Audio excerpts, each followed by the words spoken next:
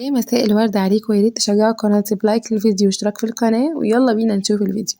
كتبت سالي عبد السلام على الانستجرام انها لخامس مرة تصاب بالثعلبة في شعرها، وانها دخلت في دوامة الخلل والثعلبة من 5 سنين للمرة السابعة في 5 سنين على التوالي. وقالت كمان انها كانت لسه بتاخد علاج كورتيزون وبتحاول تخس وبتحاول تعالج شعرها من الصيف تدخل في دوامة تاني الثعلبة. وقالت كمان انها كانت لسه متعالجة منها من 5 شهور، ودي تالت وخامس مرة تطلع لي بالسرعة دي، وطبعا ده بيحصل من الضغط النفسي والعصبي اللي هي بتمر بيه، وانها كانت بتحاول تمثل انها كويسة لكن شعرها ما حاولش يمثل معاها، وان ربنا ابتلاها في اكتر حاجة بتحبها وهي شعرها. لكن بتقول كمان انها الدكتوره لما كانت بتقول لها ان في اطفال بتيجي تاخد حقن الثعلبه، وكانوا بيقولوا لهم ان سالي عبد السلام بتيجي تاخد الحقن دي، كانوا بيفرحوا، فهي فرحت وقالت ان لعلها المنجيه من الابتلاءات.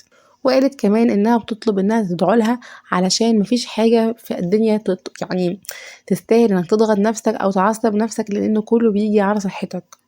عايزه اقول لكم يا جماعه ان الثعلبه دي بجد حاجه مؤذيه جدا.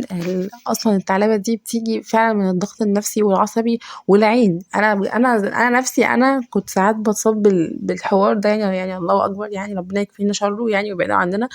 ده بيجي بسبب النفس والعين او حسد في الشعر. هي ما شاء الله شعرها جميل، فهي الحاجه دي بتيجي من العين يعني، او النفس، او مثلا حد قال لك كلمه زعلتك او ضايقتك، ففعلا بتيجي من الحوار ده.